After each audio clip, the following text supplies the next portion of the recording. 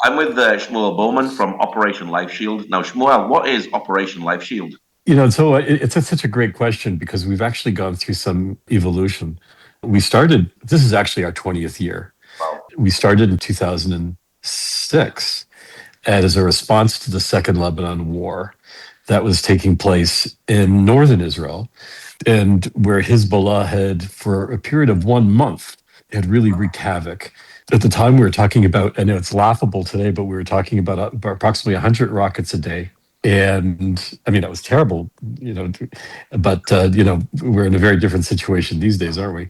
We're talking about 300,000 people were displaced in northern Israel. I remember that very, very well because I live in the Jerusalem area, and people were opening up their homes to total strangers who couldn't live in the north. The only people who remained in the north really were people who didn't have the wherewithal, the financial wherewithal, or even health to move. And so I actually was in a situation where I was actually going up to northern Israel under rocket attack.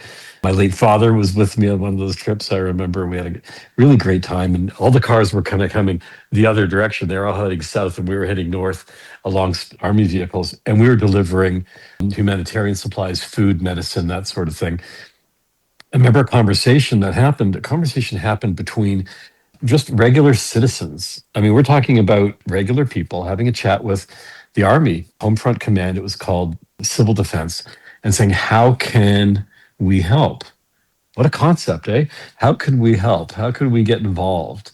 And the Army said, well, we're realizing that this is a very different kind of a war, and this may very well be, Paul, a change in the things to come. Boy, were they ever prophetic, eh?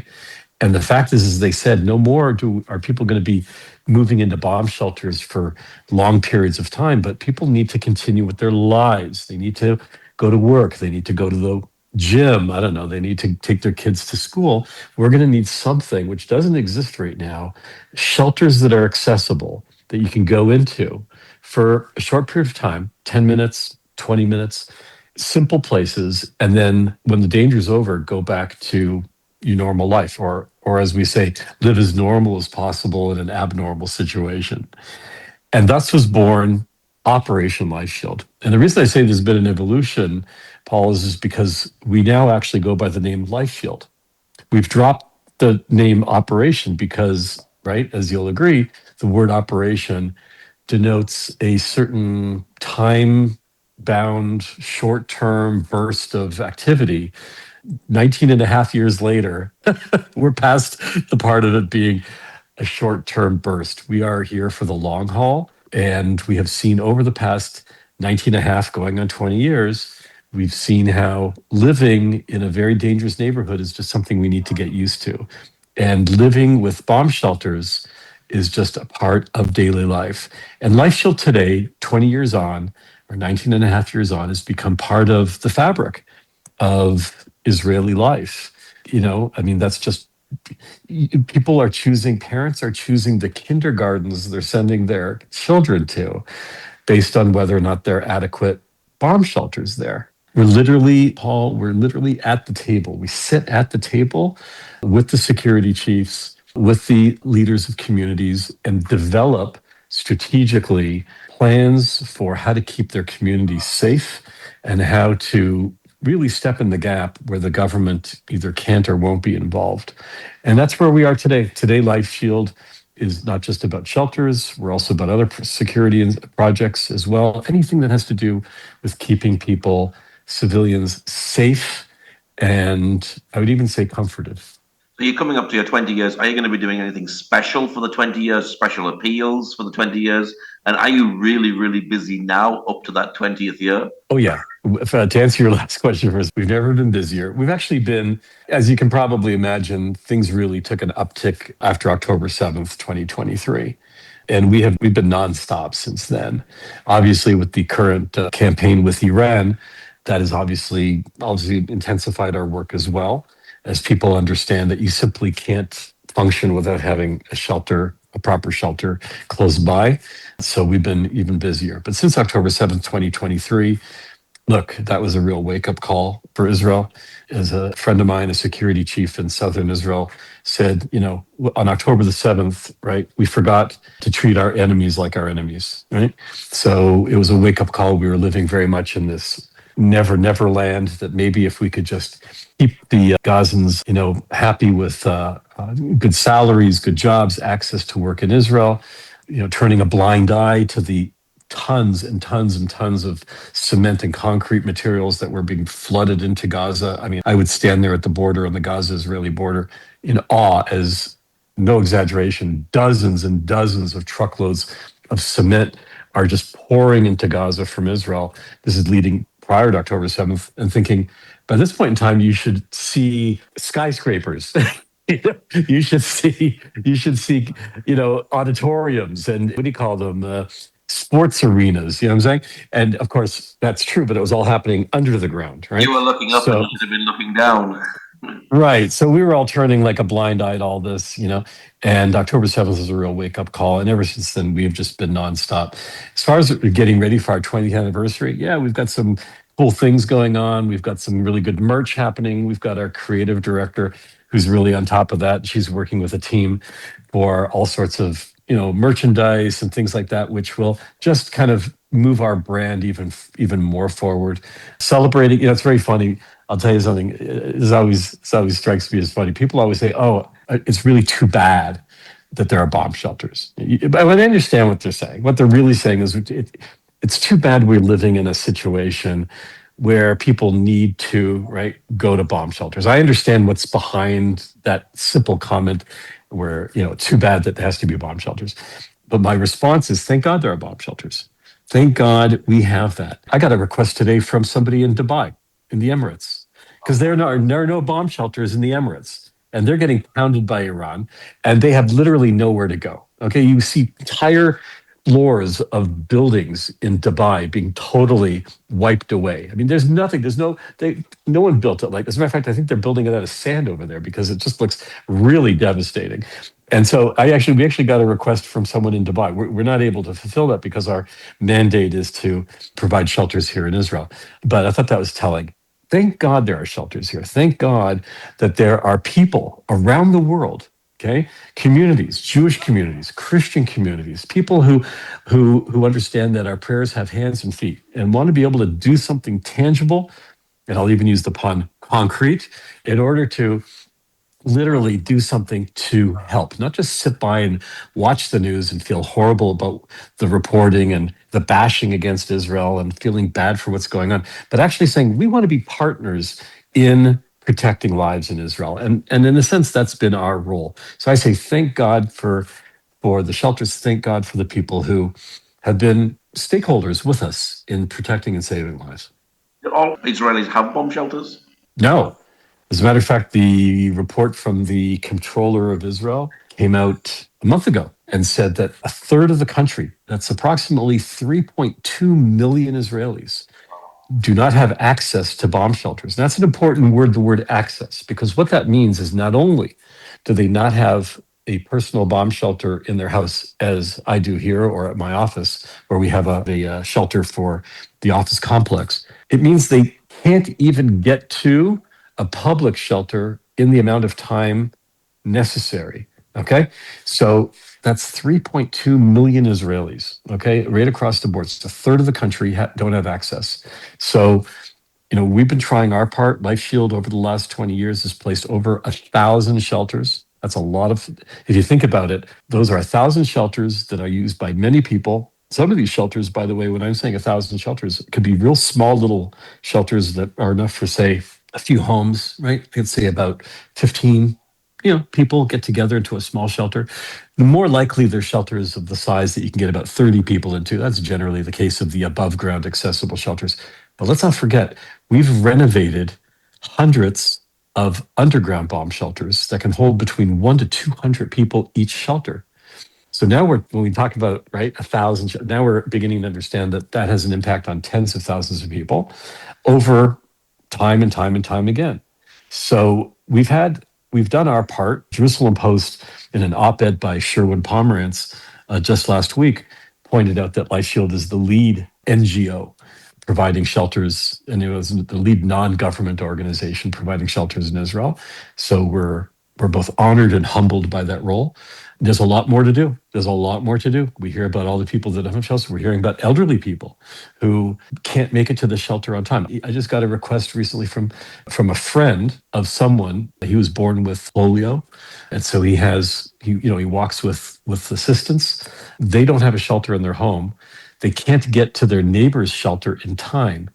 And him and his wife literally sit in the hallway of their home, which they hope is the strongest place, and pray. So that's what's going on. I've noticed on the way to Jerusalem on Hebron Road, they're doing the construction for the new tram that's coming in, and yet they have bomb shelters that have been placed on the side of the road for the construction workers. So everybody needs a shelter, you think, when you're working on the road, but you've got no, you can't just run to the nearest place. Yeah, everyone needs a shelter, don't they?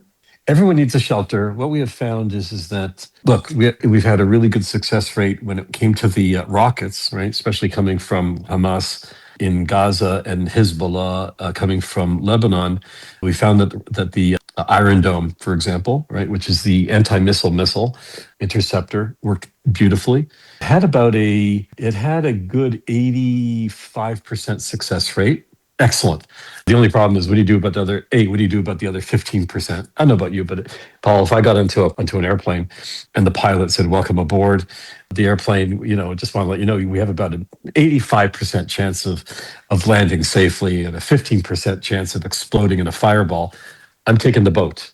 Okay, I'm going by boat. You understand that 15%? And the other thing is that even with the 85% success rate, when the Israeli Iron Dome missile intercepts the Hezbollah or the Hamas rocket, all that shrapnel and all that debris is raining down and falling down on whatever's below. And if that's a house, a community, a daycare center, whatever, that you need protection. What we have with the missiles, the ballistic missiles coming from Iran, are what's called David Sling. That's not Iron Dome. Iron Dome is not involved in that. And David Sling is literally an interception system taking place in orbit. Like, it's literally happening in the suborbit. It's taking place in space. Absolutely incredible stuff. So these rockets are literally exploding in space, which means that, yes, the success rate's very high. It's something like 90%. Again, very, very high, lovely.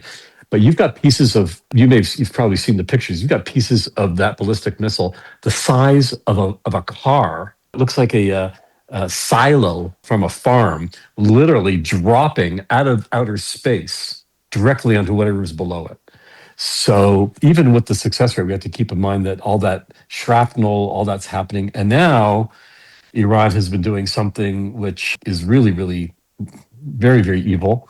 And they have these scatter bombs. So you've got a ballistic missile coming in, again, the size of a farm silo, comes over. All right, we have to listen, you got to intercept that thing, because that thing could take out like several apartment buildings. You intercept it, and then what happens is you got these scatter bombs. You've got about 20 rockets that then fall away from it. After the Iron Dome has hit that rocket, does it then Yeah. scatter? Yeah, exactly. Well, not the Iron Dome, the David Sling. So the David Sling interceptor has intercepted in space. Now this thing has exploded. The body of the ballistic missile now drops. So you got something the size of like a van or a car dropping from outer space. And you've got 20 scattered rockets now going in all different directions. You see the videos of these things. They're lightweight. They're coming from such a difference. They even come in this swirl. It's very spooky. They're coming in a swirl. The wind is picking it up. It's crazy. You don't know where they're going to land. We can't touch them. We can't even knock them out. And those are extremely, extremely dangerous. You don't know where they're going to land. And by the way, they are completely illegal according to the Geneva Convention, completely illegal against the UN. By the way, did you hear the UN condemnation against Iran about that last week? No. No, because it didn't happen. It didn't happen. The UN has seems to have forgotten that one of the worst war crimes that you can commit, okay, of scatter bombs, they've gone silent on this. I just say that as a point of reference. Do we know how many rockets have came over so far into Israel from Iran in this recent conflict? I guess it's hard to tell because every day they're firing. So it's really interesting because we're having approximately, it could be it depends on the day it is. Last week we had a big day where there was something like 30 that came over. Generally, we're looking at about 10 on a daily basis. It could be less. It's much less than what we had during the 12-day Iranian campaign back in June of 2025. There you literally, they were launching 100 at a time. But we also had a lot of assistance. You had the United States, you had Jordan, you had the UK, you had France, you had a whole lot of other countries involved in going after those 100 at a time. It was quite spectacular, and no question in my mind, nothing less than a miracle of God. Nothing less. Okay, you had weapons, you had interceptors that had never ever been tested. This was their beta testing, real time. Okay. So that was going on then.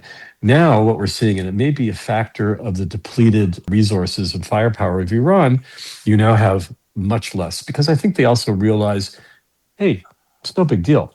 We can send over 1, 2, 5, 10 ballistic missiles and still send millions of Israelis running to bomb shelters. You see? So they're kind of saying, if we were to send 100 rockets in one shot, we very well could deplete our resources until, our armory until we replenish, right? So let's kind of spread it out and just cause a lot of sleepless nights and stress for Israelis. How long does it take for a rocket to be launched from Iran to get to Israel? About 15 minutes. In other words, from the time that you have that warning, it goes off. It's about 10 minutes, and 10 to 15 minutes. And what happens is that it gets launched. Of course, we're detecting everything. When the Iranian campaign started about, I guess it would be now 3.5 weeks ago, what would happen is the entire country would actually get a warning that there's going to be a siren, right? In other words, which is fantastic. It would give you a 10-minute warning that basically warned everybody in the entire country, get near a bomb shelter. You don't necessarily need to go inside, but you may want to take care of certain things like go to the bathroom, make sure that you've got your kids, make sure that you've got everything that you need, because the next thing that you're going to hear is a siren giving you about a minute warning that you are about to have a ballistic missile crash into your dwelling. Okay, so that was what's happening. Now what we have is we have improved that so that it's by region. So what they're going to do is they're going to say, okay, we're going to only give the region where we predict the hit will take place. They're going to get that advance warning, so the whole country doesn't have to freak out.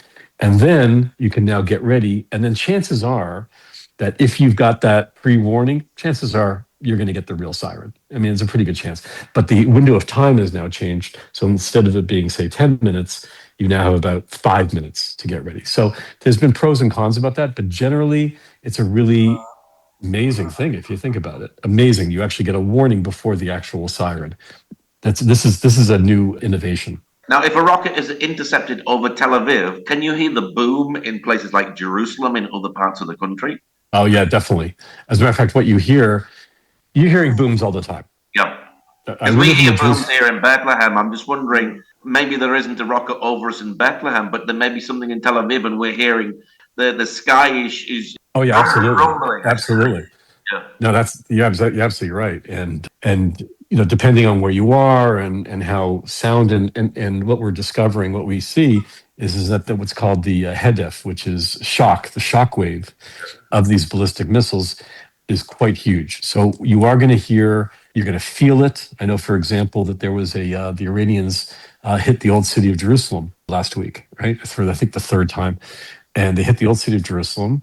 And when a member of my team lives several kilometers away, several miles away into Jerusalem, and windows were blown out, the car alarm systems went off, and that was quite a distance away. So that was pure shockwave. That's literally an invisible energy field that's literally reverberating. It can take out windows. It can actually cause internal damage. If you happen to be standing in the way of a shockwave, you could actually have internal organ disruption, because this shockwave is literally, it's like being punched by something very, very powerful, except It's invisible. It's crazy, right? Except we see the results because we see windows just bursting for no reason. No actual physical object hit those windows. Those car alarms went off. Nothing, no one actually shook those cars physically, in other words, materially. So that's something to think about. So you're hearing that. You're also hearing the interceptions that are taking place, even if it's happening in space. You're hearing other interceptions going on. There's a lot of noise happening here in Israel. How many shelters have you distributed so far? As I mentioned, we've done over 1,000. And in this particular campaign, so I would go back, I would say really it goes back to if you look at 2023, October 7th, 2023. So we've done a few hundred. There was definitely a upward curve from October the 7th, 2023, where we were just busy day and night putting in shelters, moving shelters. That's also something we are continue to be involved with. And that has to do with the fact that our shelters, which are mostly prefab shelters, come with we always leave the hooking devices in them so that if they need to, they can be moved quite easily. So we've had situations where we've been told by the security chief of that particular area, this neighborhood, doesn't need that shelter anymore because of people have moved out of that area, or been evacuated, or we had a situation in northern Israel where Hezbollah blew up a school. Thank God none of the children were in there, but it would take quite a while for that school to be repaired again. So in the meantime, we took a very large shelter. We moved it to a synagogue that did need it. So we're moving shelters around. In the Gaza Belt area, after the 7th of October, right, you've had a lot of kibbutzim, a lot of communities that were attacked and completely destroyed. And the people, those survivors evacuated from those kibbutzim. Well, those shelters weren't required in the months and years after October 7th. So we went in and we relocated those shelters to other communities that did need them. So we've been doing a lot of that as well. It's really funny. I've never ever thought, I mean, when I was a kid, my brother and I used to play with, Tonka trucks and cranes and all that kind of stuff and like pretend that I never thought as an adult I would be spending so much time with trucks and cranes. How much does a bomb shelter cost? It varies. It really, really varies. And so I can give you like a wide spectrum. If we're talking about, first of all, what does it cost? Basically, shelters are supported by donors from all over the world. And anybody who wants to get involved and support and be involved, every dollar, every shekel, every goes towards saving and protecting lives. So we have small shelters that start in the $21,000, $22,000 range, and they go up all the way to, for example, if we go into a large sports hall and we want to fortify one of the large rooms in there, that goes up, and that you're talking about much higher, and they can go up to 500,000 shekels or approximately $250,000. So there's a big wide range, but there's different ways of being part or sponsoring or partnering with us. As I say, every dollar goes towards a shelter. So as soon as we have the funds, literally, I cobbled together for a bomb shelter, literally just before I got on the call with you, put together a bomb shelter for a rescue station in central Israel. And we cobbled together donations from Australia, New Zealand, and Alabama, United States. And we brought four different donors together, and we're able to order a shelter. On the other hand, we also have synagogues, churches, communities, families come together and say, we want our own shelter. We want to have a shelter after, named for, a loved one. We just had, for example, we just put in a beautiful shelter that was left in his will by a 100-year-old Holocaust survivor from Toronto, Canada, and left in his will that that's what he wanted to do. And today, his shelter is protecting and saving lives. And his name adorns that shelter. Every single shelter has dedication plaques on them with the name of the people who partnered with us. So is this Jews and Christians working together to finance this? We have that in some cases. For example, we have done this in many projects, especially some larger projects, where it does require bringing together different organizations, different groups of people, and it's an amazing thing. I'm thinking of a program that we did where we fortified a art therapy center, and it was a big project, Paul. It was a very, very big project because there are a lot of kids there, and the Army said, to the therapy school, you're going to have to close down because you don't have adequate shelter here, which was just a horrible idea that you would close down a therapy center for children. So we needed to raise a lot of money. We brought together 4 different groups, and 2 were Jewish and 2 were Christian. And it was a joy. It was a joy to be able to put 4 dedication plaques. Try to imagine like a checkerboard, right? Or like a hopscotch. Four signs all kind of together. And it was just a beautiful, beautiful sight to see that this was from a Jewish federation in the United States. And this was from a family. And this one was from this is from a Christian family. And this one was from another group. It was just amazing. Yeah. Wow. So we do that as well. We see that, and I think it's wonderful. What is your website for people who'd like to know more about the work that you do? Go to lifeshieldshelters.org, lifeshieldshelters.org. And people can see the projects that you're doing there on your website. See the projects, they can see what we're up to. There's an opportunity to make a donation safely and securely. There's different options on how to do that. There's also e-cards, e-greeting cards that you can actually send cards in memory of or in honor of somebody or for a birthday. And you can choose the image that you'd like. And that's a donation that also honors other people. So there's different opportunities. There's a way to contact us if you have any questions. So there's different ways. I also encourage people to follow our news sources. This is a big, big issue. Where do you get your news from? Where do people get their news from? We know that CNN, for example, is a mouthpiece for the Iranian government and for Hezbollah. We know this, right? And it's not me saying this. They say that. They literally, the correspondents for CNN, literally stand there and say, we're standing here in Lebanon with the permission of Hezbollah. Guess what? Everything they're going to say is going to be an anti-Israeli bias, and they're going to broadcast it to 50 million people watching CNN. So be warned, anybody watching CNN for their news source, you're getting total bias from Hezbollah or from the Iranian government. So where do you get your news source? You can go to, for example, to our Facebook page. You can follow us there at Operation Lifeshield. You can look at us. You can sign up on our WhatsApp news feed. And you can also sign up on the website for my weekly Israel briefing, which will focus on 1 or 2 projects and give you a sense of what's happening, not kind of like the big, big, huge picture, because I'm not an army general and I'm not a prime minister. I'm just a regular guy who talks to regular people. And I think people want to hear what those stories, those person on the street kind of stories are all about. So there's different ways of getting news. Our website has all of that. Well, it's great to hear what you're doing, saving lives. So Shmuel, thank you very much for sharing today. You're most welcome. Paul, I want to thank you for this opportunity and thank you for what you're doing. I need to just say this for those who are listening and watching this right now. And that is that it takes great courage and bravery to bring light and truth into the world. It's lacking and there is great darkness. However, the moment you have one piece of light, one light that is radiating, you puncture the darkness. And Paul, you are puncturing that darkness. You're bringing light to the world. You're bringing light to everybody who's watching. And again, I wish you good health and strength in all that you're doing. And thank you. And God bless all those who are listening today. Amen.